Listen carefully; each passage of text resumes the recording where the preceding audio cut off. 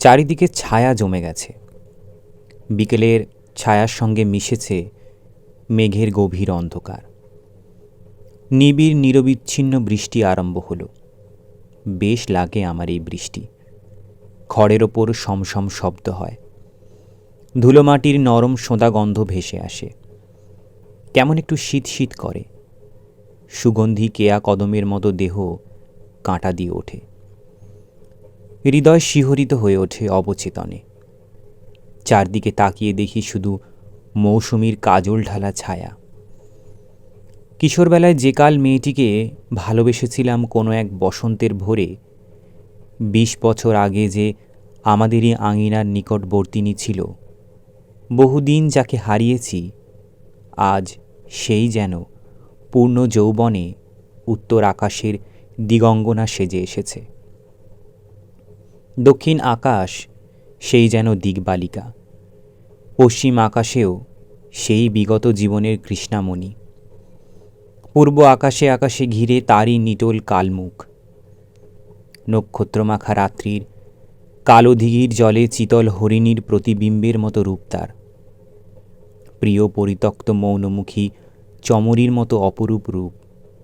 মিষ্টি ক্লান্ত অশ্রুমাখা চোখ, নগ্ন শীতল নিরাবরণ দুখানা হাত, ম্লান ঠোঁট, পৃথিবীর নবীন জীবন ও নবলোকের হাতে প্রেম বিচ্ছেদ ও বেদনার সেই পুরনো পল্লীর দিনগুলোর সমর্পণ করে কোনো দূর নিঃস্বাদ নিঃসূর্য অভিমানহীন মৃত্যুর উদ্দেশ্যে তার যাত্রা।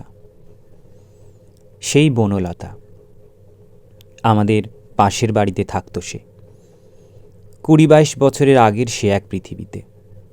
বাবার তার লম্বা চেহারা, মাঝগড়নের মানুষ, সাদা দাড়ি, স্নিগ্ধ মুসলমান ফকিরের মতো দেখতে। বহুদিন হয় তিনিও এ পৃথিবীতে নেই আর। কত শীতের ভোরের কুয়াশা ও রোদের সঙ্গে জড়িত সেই খড়ের খড়ঘানাও নেই তাদের আজ। বছর 15 আগে দেখেছি মানুষজন নেই। থমথমে দৃশ্যও লেবু ফুল ফোটে ঝরে যায়। হোগলার বেড়াগুলো উইয়ে খেয়ে ফেলেছে। চালের ওপর হেমন্তের বিকেলে শালিক আর দাঁড়কাক এসে উদ্দেশ্যহীন কলরব করে। গভীর রাতে জ্যোৎস্নায় লক্ষ্মী পেঁচা ঝুপ করে উড়ে আসে। খানিকটা খড় আর ধুলো ছড়িয়ে যায়। উঠানের ধূসর মুখ জ্যোৎস্নার ভিতর 2-3 মুহূর্ত ছটপট করে। তারপরেই বন্ধুদুল মাকাল বইচি ও হাতিশোঁড়ার অবগুণ্ঠনের ভিতর নিজেকে হারিয়ে ফেলে। বছর 8 আগে বনলতা একবার এসেছিল। দক্ষিণের ঘরের বারান্দায় দাঁড়িয়ে চালের পাতায় হাত দিয়ে মা ও পিসিমার সঙ্গে অনেকক্ষণ কথা বলল সে। তারপর আঁচলে ঠোঁট ঢেকে আমার ঘরের দিকেই আসছিল। কিন্তু কেন যেন অন্যমনস্ক নত মুখে মাঝপথে গেল থেমে। তারপর খিড়কির পুকুরের কিনারা দিয়ে শামুকগুলি পায়ে মাড়িয়ে বাঁশের জঙ্গলের ছায়ার ভিতর দিয়ে চলে গেল সে। নিবিড় জামরুল গাছটার নিচে একবার দাঁড়ালো, তারপর পৌষের অন্ধকারের ভিতর অদৃশ্য হয়ে গেল। তারপর তাকে আর আমি দেখিনি। অনেকদিন পরে আজ আবার সে এলো। মন পবনের নৌকায় চড়ে নীলাম্বরী শাড়ি পরে চিকন চুল ঝাড়তে ঝাড়তে আবার সে এসে দাঁড়িয়েছে। মিষ্টি অশ্রুমাখা চোখ, ঠান্ডা নির্জন দুখানা হাত, ম্লান ঠোঁট, শাড়ির স্লানিমা। সময় থেকে সময়ান্তর নিরবিচ্ছিন্ন হায় প্রকৃতি, অন্ধকারে তার যাত্রা। খুব মৃদু চটি জুতোর শব্দ। ঘরের ভেতর বাবা এসে ঢুকেছেন। খোকা, আমাকে ডাকছো বাবা? শুয়ে আছিস যে? এমনি। তুমি কখন স্কুল থেকে এলে? অনেকক্ষণ। সারা শব্দ পাইনি তো। বারান্দায় বসে ছেলেদের এক্সারসাইজ খাতা দেখছিলাম। তোর মা কোথায়? রান্নাঘরেই তো। তা হবে। দেখলাম এক থালা লুচি ভেজে দিল সুরেশকে। বিকেলে তুই খাসনি? না, তুমি? আমি ওই ছোলা ভিজিয়ে রেখেছিলাম, একটু গুড় দিয়ে খেলাম। খাবি নাকি? আছে আরও? ঢের আছে। বাবা ছোলা গুড় আনবার জন্য উঠে যাচ্ছিলেন। বাধা দিয়ে আমি বললাম, আচ্ছা আমি নিয়ে আসবো, এখন তুমি বসো। আচ্ছা বেশ। একটু হাই তুলে বললেন, বৃষ্টি পড়ছে যে রে, টের পাসনি? হ্যাঁ পেয়েছি। তাহলে ঝাঁপি খুলে রেখেছিস কেন? কি আর হবে, জানলার জলের ছাট এসে টেবিলের বইগুলো ভিজে যাচ্ছে যে। যাক, এমন কি আর বই, কেন কোনো ভালো বই নেই? মাথা নেড়ে বললাম, না। বাবা বললেন, খানিকটা খুচরো চা এনেছি। মেজ কাকার জন্য? না। সুরেশ কি আর এই 6 আনা চা খাবে? 6 আনা বুঝি? চা খাবি? তা খাওয়াই ভালো। এই বৃষ্টি বাদলের দিনে ঠান্ডা লাগে, একটু গরম চা বেশ কাজ করে, সর্দি কাশি নষ্ট হয়, মনের ভেতর একটু আশা ভরসাও পাওয়া যায়। তোমার মাকে দিও, করে দেবে। তুমি খাবে না? চা খাওয়ার অভ্যেস নেই আমার। নেই অবশ্যই, কিন্তু খেলে ঘুম হবে না জেরে। চায়ের মোড়কটা জীর্ণ বিবর্ণ সাদা খদ্দরের কোটের পকেট থেকে বের করে বাবা টেবিলের ওপর রাখলেন। বললেন, কলকাতায় যাবার টাকাটা জোগাড় করেছি। কবে যাবে? একদিন গেলেই হয়। যত তাড়াতাড়ি যাওয়া যায় ততই ভালো। এই 7 বছর ধরে কতবারই তো এলাম গেলাম বাবা, কিন্তু এবার তো গত 7 বছরের মতো হবে না। হবে না? একটু হেসে বললাম, কী করে যে আমি জানলে বাবা? আমার বিশ্বাস, তোমার মারও বিশ্বাস। একটু বিদ্রুপ করে হেসে বললাম, কি যেন বলছিলাম। বাবাকে আহত হতে দেখে জানলার ভেতর তাকিয়ে চুপ করে রইলাম। তোমার মেজ কাকার সঙ্গে কথা হয়েছিল? হ্যাঁ। চাকরি বাকরির কথা? হ্যাঁ, হয়েছিল। কি বললেন? বললেন, তুমি আর তোমার বাবা ইহকালটা নমনম করে কাটিয়ে দাও, পরকালে হয়তো কপাল খুলে যাবে। 2-1 মুহূর্ত বাবা শ্রীহীন জীর্ণ ক্ষীণ মুখে বসে রইলেন। তারপরেই হো হো হেসে বললেন, ও তাই বুঝি বলল সুরেশ? হ্যাঁ, মন্দ বলেনি, কিন্তু পরলোকে আমি তো বিশ্বাস করি। আমি তো কিছুতেই করে উঠতে পারলাম না। পারলে না? মৃত্যুর পর আর কি আর থাকে? থাকে বই কি, সমস্তই থাকে। আরও গভীর আধ্যাত্মভাবে থাকে উপনিষদ যারা তৈরি করেছেন তারা পরলোক থেকে ফিরে এসে রচনা করেননি তো। রক্তমাংসের শরীরে ইহলোকে বসে যে ধারণা তাদের ভালো লেগেছে তাই ব্যক্ত করে গেছেন। তাদের বিশ্বাসে আশ্বস্ত হবার কোনো কারণ দেখি না। একদিন হয়তো দেখবে, আশীর্বাদ করো যেন দেখতে পারি। নিজের মনের আন্তরিক অনুসন্ধানে যা সত্য বোধ হয় সেইটাকে বিশ্বাস করো, এই আশীর্বাদ করি। তাহলে হয়তো চিরজীবন অবিশ্বাসী হয়েই থাকবো। থাকো। ভাবতে গেলে তোমার দুঃখ করে না বাবা? কী দুঃখ? একে একে যে 2 হয় এ কথা যদি আমি কিছুতেই বুঝে উঠতে পারি না, আমার বুদ্ধি বিচার কলা সমস্তই যদি সাব্যস্ত করে যে 3 হয়, তাহলে এই অন্ধকার অভিশাপ বুকে নিয়েই জীবনের পথে চলতে হবে। এই অভিশাপ মোচন করবার শক্তি আমার নেই, কোনো মানুষের নেই। বিধাতা যদি দয়া করে আলো দেন তবেই তা ঘুষতে পারে। সাদা গোপচোড়ায় একবার হাত বুলিয়ে নিয়ে বাবা বললেন, কিন্তু এটা মনে করো না হেম যে একে একে 3 হয়, 2 হয় না। এই ভুল ধারণা নিয়ে তুমি জীবন চালাচ্ছ। হয়তো আমারে ভগবানে বিশ্বাস, পরলোকে ঐকান্তিক আস্থা, সেই সব ভুল জীবন মৃত্যুতে আমি ধোঁয়ার ধাঁধা নিয়ে কাটালাম। বলে সাদা গোঁপে হাত বুলিয়ে হাসতে লাগলেন। আবার বললেন, যাক, 2-3 বছরের মধ্যেই বুঝতে পারবে সব। চোখ তুলে তাকালাম বাবার দিকে। ভগবান ও শান্তির দিকেই যাচ্ছি এই ভেবে মরব, কিন্তু এও তো হতে পারে মরে জেগে উঠব না আর। খানিক্ষণ চুপচাপ। বাবা বললেন, কলকাতায় গিয়ে 25 টাকার স্কুল মাস্টারই নিও না। কেন?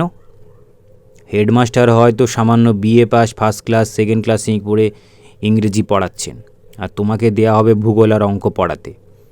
এসব অবিচার চোখ বুজে ক্ষমা করে দেবার মতো কোনো প্রয়োজন দেখি না আমি। চুপ করেছিলাম। হ্যারিসন রোডের মেসে যদি থাকো তাহলে উল্টোডাঙা, ঢাকুরিয়া বা চেতলা ফেতলায় কোনো টিউশন নিতে যেও না। নেব না? না। কেন? এ সম্বন্ধে আমার মতামত খুব ভালো করেই জানো। হয়তো 20 টাকা 25 টাকা দেবে তোমাকে, কিংবা আরও কমই দেবে হয়তো। জীবনে টাকার মুখ তুমিও কম দেখেছ। সে ট্রেন ভাড়া দিতে গিয়ে তোমার অন্তঃকরণ খেঁকিয়ে উঠবে একবার। এ বড় দীনতার কথা। মানুষ এতে বড় খাটো হয়। বৃষ্টি বাদলের মধ্যে পায়ে হেঁটে যাবে, সে উল্টোডাঙা পায়ে হেঁটে ফিরবে, শরীরের দিক থেকে এর ভেতর যত না কষ্ট, আত্মার দিক দিয়ে তার চেয়ে ঢের বেশি অপচয়। কেন অপচয় করবে তুমি? একটু চুপ থেকে হেসে বললাম, তা না হলে কি করব? তা তুমি জানো, আমার সন্তান হয়ে যখন জন্মেছ তখন অনেক বেদনার বইতে হবে তোমাকে। কিন্তু প্রাণ যাতে চিমসে হয়ে যায়, ক্ষুদ্র হয়ে পড়ে, এমন কোনো জিনিস করো না তুমি। বেদনা ও সংকীর্ণতা এক জিনিস নয়।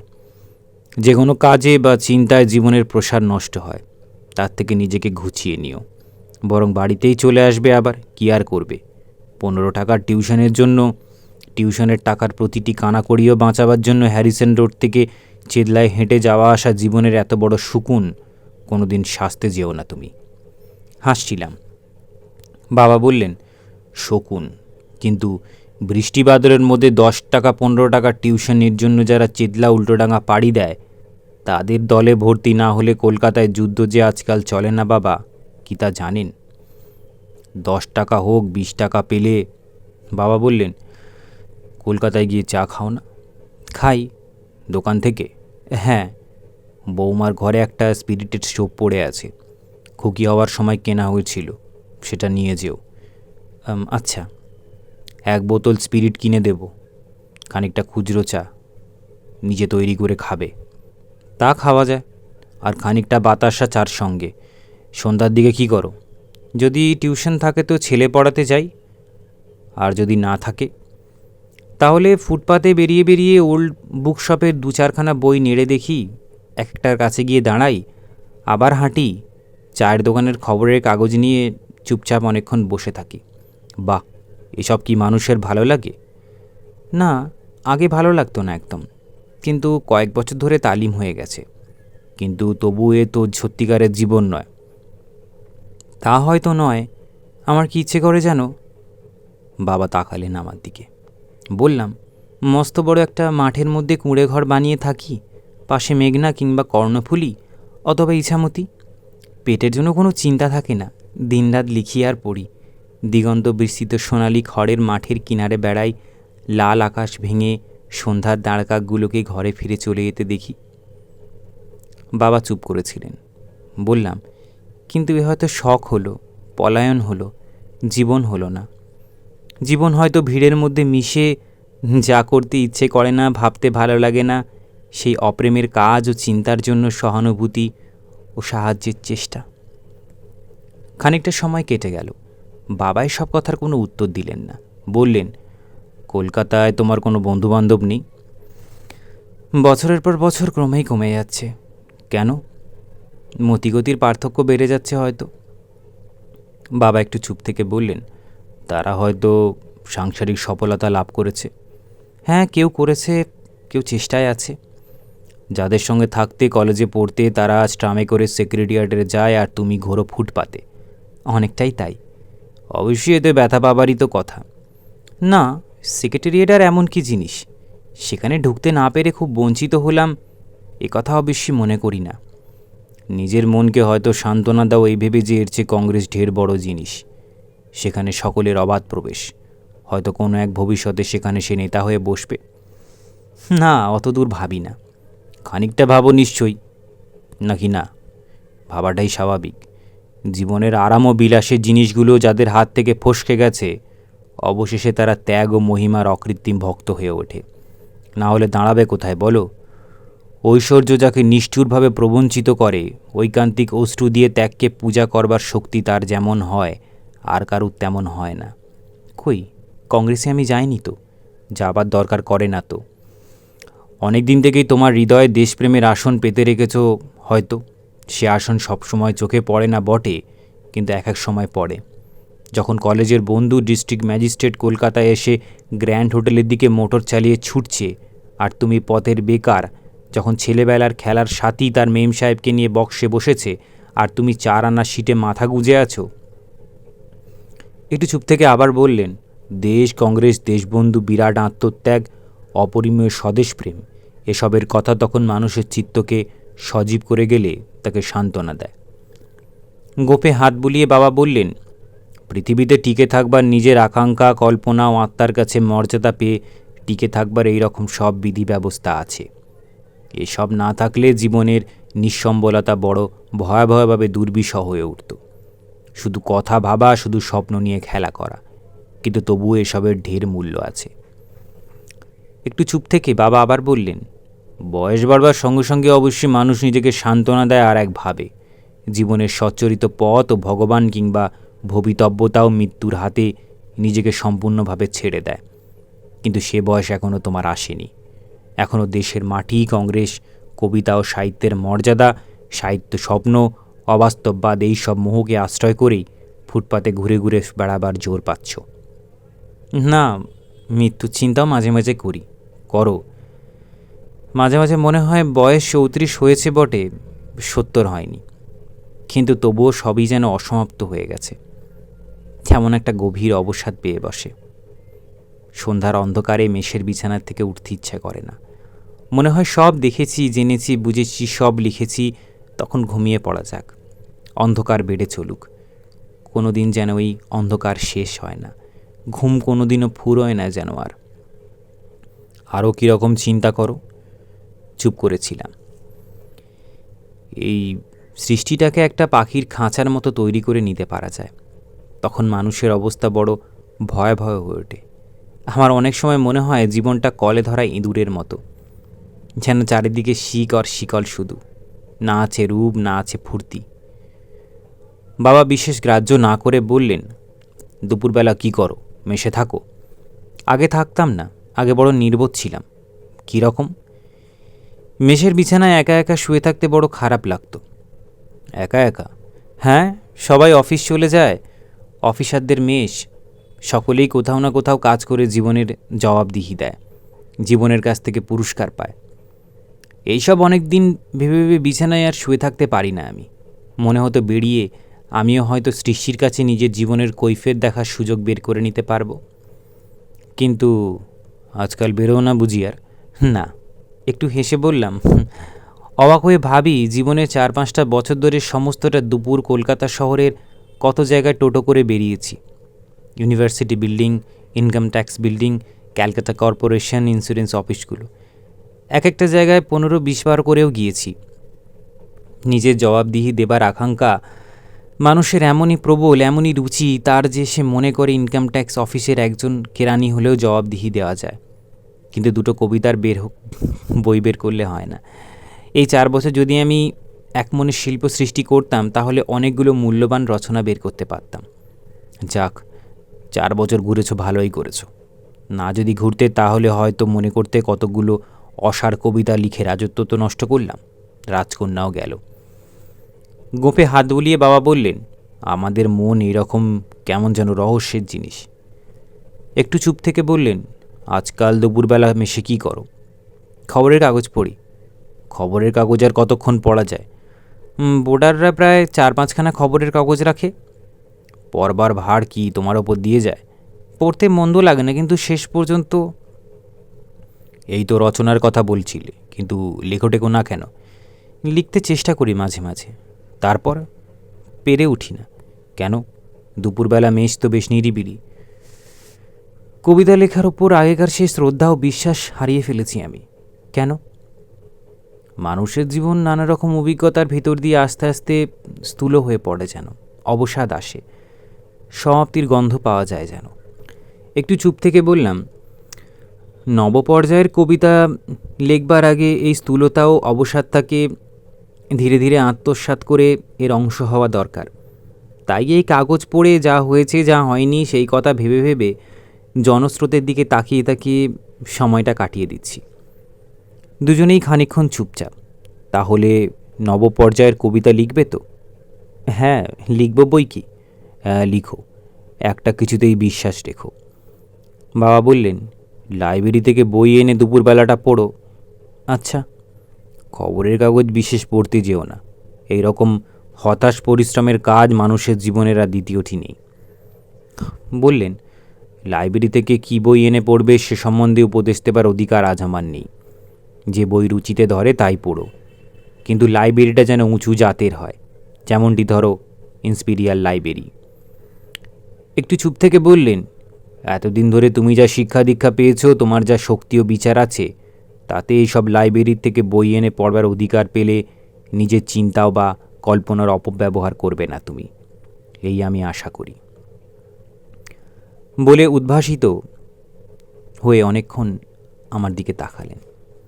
আবার খানিকক্ষণ চুপ করে থেকে তারপর বলতে লাগলেন, আমাদের সকলের সঙ্গে বিচ্ছিন্ন হয়ে মিশে একা ঘরে তুমি দুপুরবেলাটা কাটাবে, যাদের কোনো কাজকর্ম নেই, জীবনে কোনো নিকট সফলতা নেই হয়তো, যারা অনেক দিন ধরে সংসারের কাছে বিড়ম্বিত হয়ে আসছে, যাদের হৃদয় শেষ পর্যন্ত বাস্তবিক স্থূল নয় কিন্তু সত্যিই খুব কুণ্ঠিত, নিজেকে আত্মপ্রবঞ্চিত করবার শক্তি যাদের ঢের কম, আত্মপীড়িত করবার শক্তি খুব বেশি, এই দুপুরবেলার সময়টা তাদের কাছে কত যে যন্ত্রণার জিনিস হতে পারে আমি তা খুব গভীরভাবেই বুঝি। কিছুক্ষণ থেমে শেষে বললেন, কিন্তু তবুও কয়েকটা কাজ করতে তোমাকে নিষেধ করছি, তুমি করো না। চাকরি বাকরি না পেয়ে অলস হয়ে থাকতে হচ্ছে বলে মিছিমিছি নিজেকে নির্যাতন করতে যেও না। তোমার চেয়ে অনেক কম শক্তি নিয়ে অজস্র লোক সংসারের কাছ থেকে ঢের বেশি পুরস্কার পাচ্ছে বলে। কলকাতায় অহরহই এই জিনিস দেখবে তুমি, দুঃখ পেও না। কারোর প্রতি বিদ্বেষ পোষণ করো না। ট্রাম, বাস, লরি, মোটর ব্যস্ত সমস্ত নিরবিচ্ছিন্ন ভিড়ের সমাবেশ নিয়ে কলকাতা শহরের কাজের চাকা দিনরাত ঘুরে চলেছে বলে নিজের মনে স্থৈর্য নষ্ট করে বসো না। উত্তেজিত হয়ে সময়ে অসময়ে ফুটপাতে ঘুরে মরো না। কাজকর্মহীন লোকের পক্ষেই কলকাতায় থাকা একটা বিড়ম্বনা। ফ্যাকরা হচ্ছে এই যে চারদিকের ঘাত প্রতিঘাতের সম্পর্কে তারা মুহূর্তে মুহূর্তে আত্মবিস্তৃত হয়ে ঠিক বেরোয়, নিজের প্রকৃত পথ ভুলে যায়। আগুনের মুখে দেওয়ালি পোকার মতো জীবনের যথার্থ সম্ভাবনাগুলোকে বারংবার অন্ধকারে নষ্ট করে ফেলে। নিজের শক্তি ও রুচির পরিমাপ খুব গভীরভাবে বিচার করে ঠিক করে নিও। নিজেকে যে পথের উপযুক্ত মনে করো, বস্তুনিষ্ঠ হয়ে সেই পথেই চলো। জীবনের আশাভঙ্গ, পুনঃপ্রতিষ্ঠা ও পরিণামের হিসেব অবঞ্চিত থেকে সূর্যের আলোয় বিশ্বাস করে অগ্রসর হয়েও।